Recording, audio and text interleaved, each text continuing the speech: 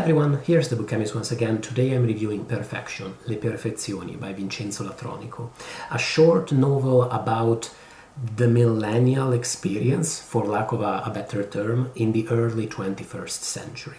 This book is inspired very closely by a French book called Things by Georges Perec, and Latronico very much follows Perec's book and its structure and updates it in Perfection to talk about the contemporary world.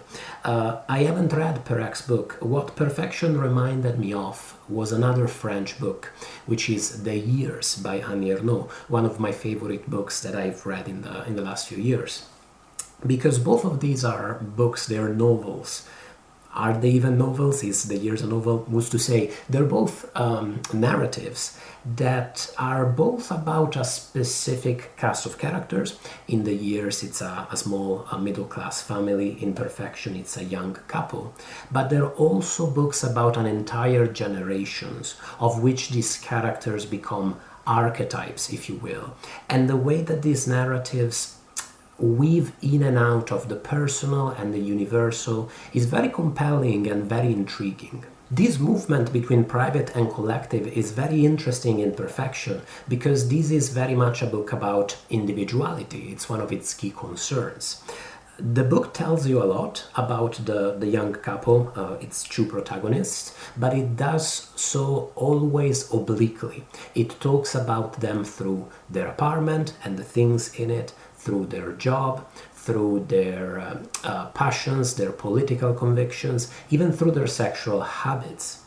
And in exploring all of these things, some of which they're quite passionate about, there's always this underlying sense of uncertainty where it's never really clear whether they are passionate about these things because they really care about them or because they have been made to care about them because of the expectations accrued around their generation, maybe the type of people that they are, maybe the things that they've been influenced to care about, look for, the values that they've been encouraged to embrace, and so on. This is very clear when the novel talks about a couple aspects of their life. For instance, the fact that they go to a lot of galleries, art galleries in Berlin, where they've moved from their native country in Southern Europe.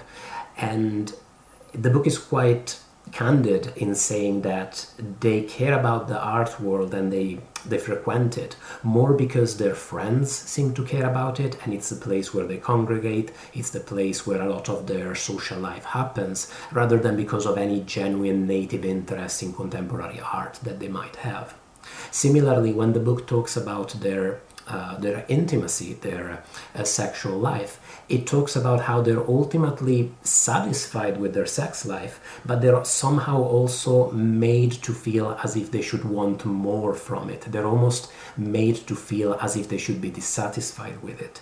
And the way the novel talks about these, especially these couple relationships and these couple dynamics, is very touching and delicate and quite convincing and very well managed and well orchestrated.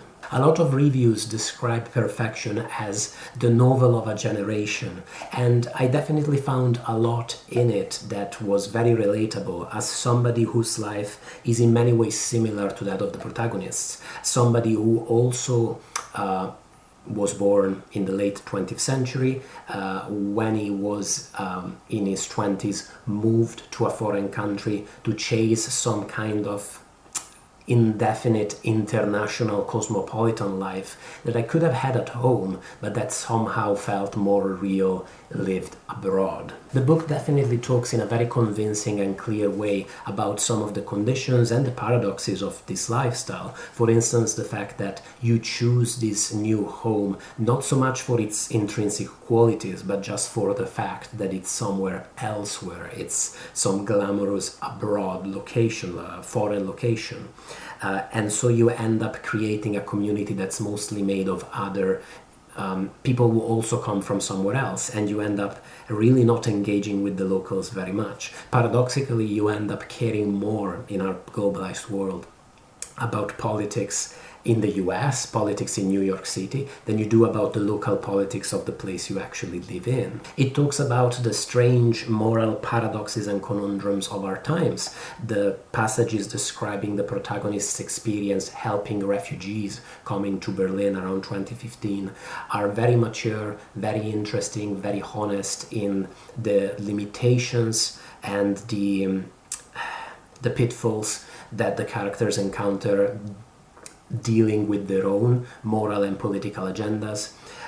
It talks about the fact that some of the conflicts and some of the things that we're also passionate about and so enraged about online, when you talk about them with people in real life, when you're just sharing a cup of coffee or a drink, actually don't seem to be that terrible or drastic or difficult after all. They seem like things you can kind of agree to disagree with others, fairly reasonably. It talks about the strange pressures of independent working life when you work from home, you work independently on your laptop, and that's quite a privilege, but it also comes with its own downsides. This idea that you always have to somehow show the world that you're working because you can't really endorse this idea that you're living a life of leisure. You always have to sustain this belief that you are doing important and difficult work, because really you are, even though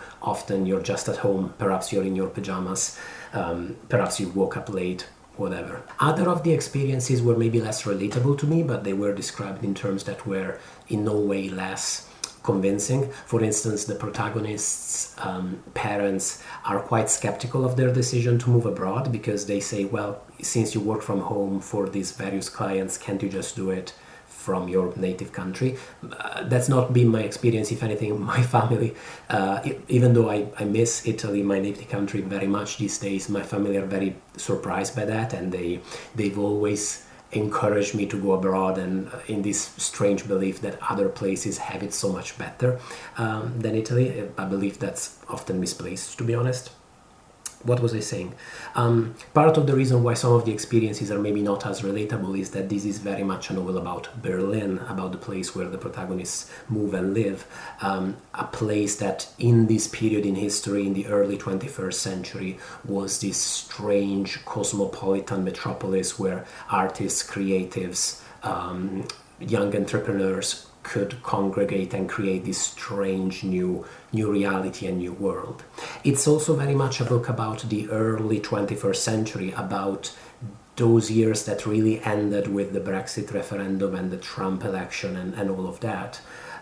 A period where it seemed as if the world was on a clear and never-ending trajectory of social and civic progress, and we know how all of that ended, sadly. The diminishing returns of life in your 30s are also portrayed beautifully. There's a constant sense of tiredness and weariness that increases slowly but inexorably throughout the book, which I thought was really brilliant and sad but very moving to experience. In the same way as the book talks beautifully about the cost of living so much of your life online, what that does to your expectations about yourself, about your existence, about happiness. All of these things, as I talk about them, they sound maybe easy, but really I think the great thing about Perfection is that it talks about modern life in a way that is very honest and very mature, and it's not just a novel that's moaning about how sad it is that we're all stuck to our phones all the time and scrolling all the time on social media. Far from it. It's just talking in clear and candid terms about contemporary life. Not always in negative terms either. If anything, sometimes it seems to argue that maybe social media, maybe smartphones, maybe the internet, all of these things haven't really changed the way we are. They've just given us new tools to be the self-absorbed, superficial people we have always been. For all that it's so much about contemporary life, as I keep saying, ultimately Perfection is almost platonic in its ideas. It's a book about the inevitable gap between ideas and reality, and about the countless little failures and disappointments that are inescapable even in a life that is by all means privileged, beautiful, desirable, and really picture perfect.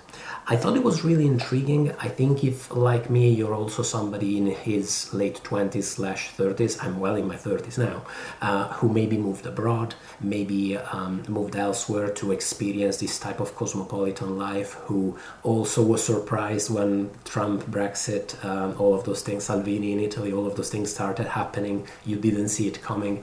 You'll probably find a lot in here that is relatable, interesting. It's one of those books that talks about the contemporary world in a way that is maybe not surprising. It maybe won't teach you anything new, but it's gonna articulate all of those things that we all know about ourselves, but maybe couldn't put well into words, couldn't make clear to ourselves.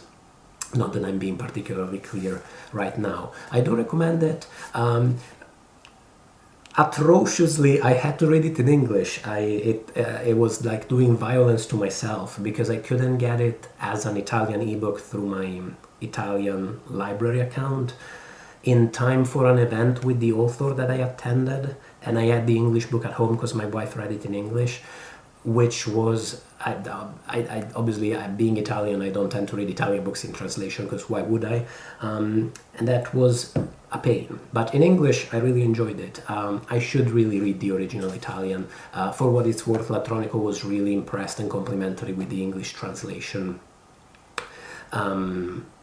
Even though there are some elements of the fact that this is written in a given grammatical tense that are not going to be easily translated, but he thought that the translator, which I think is Sophie Hughes, did a great job with it. So there's that. Thank you so much for watching the review, and if you've read the book or if you're interested, please let me know in the comments. Always look forward to discussing the books I review in the comments with you guys, and thanks again for watching. Bye everybody.